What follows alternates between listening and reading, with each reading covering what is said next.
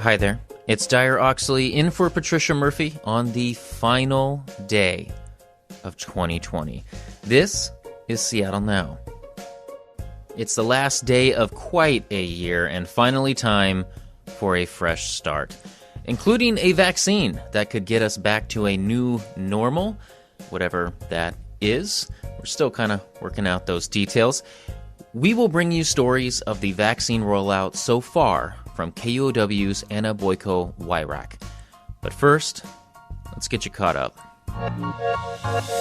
Washington Governor Jay Inslee has extended the state's pandemic restrictions for another week.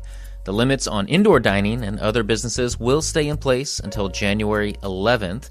They were originally set to expire on January 4th. The news comes as a new, much more transmissible variant of the coronavirus has been identified in Colorado and California. This is the variant that was previously spoken about a lot in the UK. A researcher with Fred Hutch tells the Seattle Times that he believes the strain is already spreading widely in the country. Everybody has a podcast, and now Amazon has a podcast company. The company said Wednesday it has an agreement to acquire production house Wonderly in a $300 million deal, giving it an angle into the fast-growing non-music audio space, aka podcast. Once it's closed, the deal sets Amazon up to compete with audio companies like Spotify, which has also been gobbling up podcast properties at a steady pace. And if you've been helping yourself to the lower West Seattle Bridge while the High Bridge is closed for repairs, one, you shouldn't be, you know who you are, and two, if you keep doing that, it's about to start costing you. SDOT says they're turning on the traffic cameras on January 11th. Between 5 a.m. and 9 p.m., that low bridge is for transit, freight, emergency, and other authorized vehicles only. Everybody else gets a $75 fine.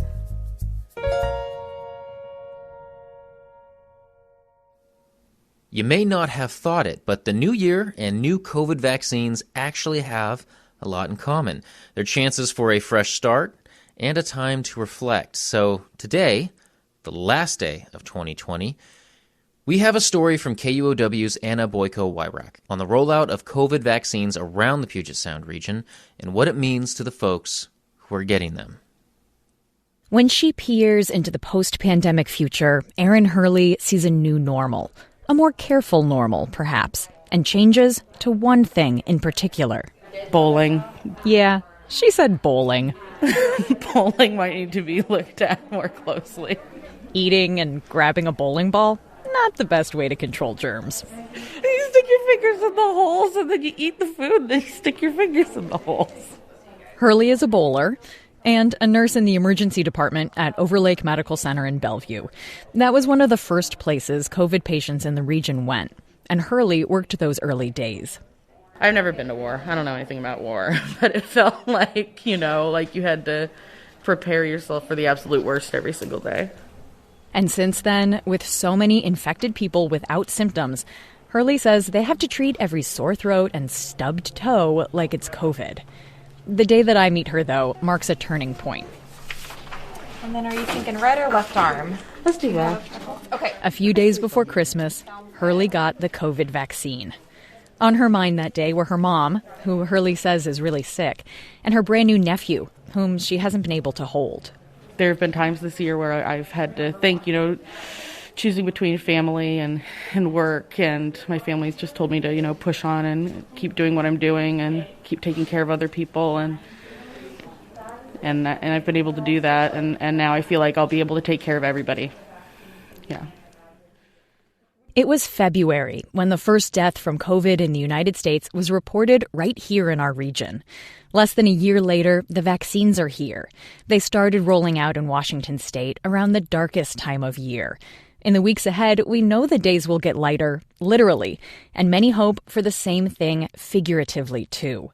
As part of the rollout across the state, vaccines are arriving at places that were the region's original hotspots, including Overlake. That's a relief for anesthesiologist Angie Baldini, who works there.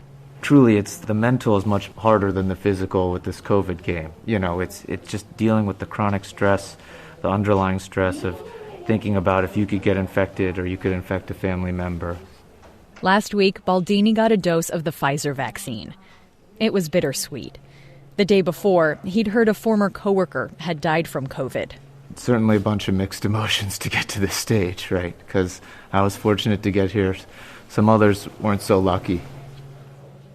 A few miles up the highway from Overlake is Evergreen Health Medical Center, another early hotspot. All right, can you please sanitize your hands for me? At the entrance, Annaleah Johnson screens for COVID. She does this so many times a day, she's created hand motions for each symptom. You want to see them? And she pantomimes as she goes through them. Are you experiencing any unusual cough, fever, shortness of breath? She swoons at fatigue. Diarrhea, nausea, fatigue, loss of appetite, taste, or Johnson smell. says she wants to make it interesting. Congestion or runny nose.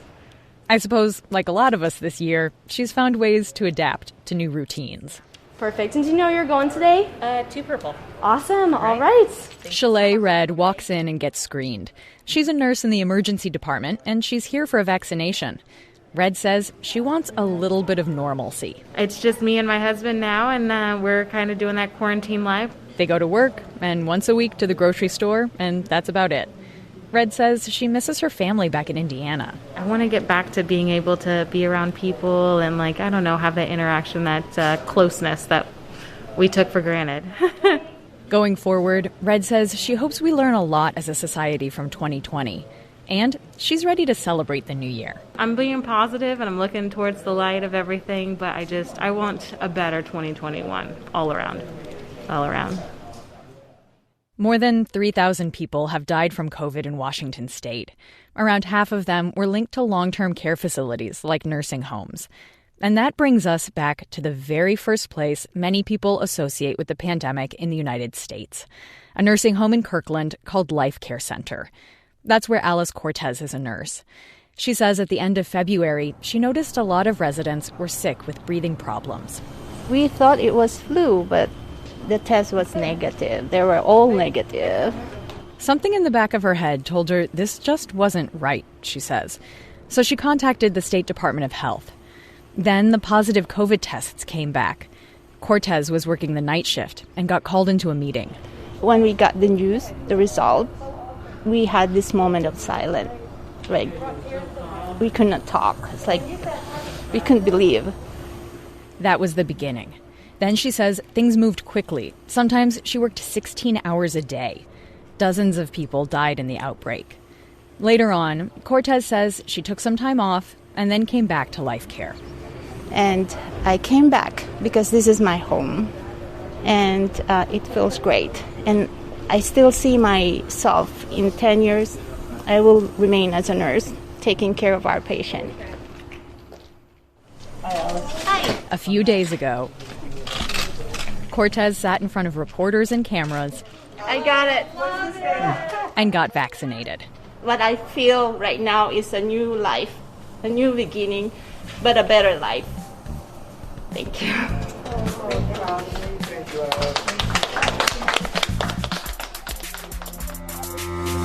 That's KUOW's Anna Boiko-Weyrauch. Seattle Now is produced by Clare McGrane, Caroline Chamberlain Gomez, and Jason Pagano. Our host is Patricia Murphy. She will be back next week. And there are a lot of people who helped make this podcast happen in 2020. We want to say thank you to all of them. People like Kyle Norris, Matt Martin, and Sophie Reed.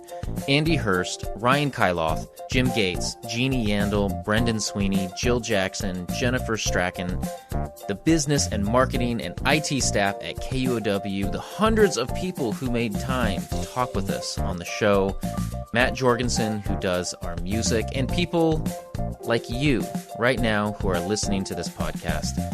I'm Dyer Oxley, wishing all of you a happy new year. Thanks for listening.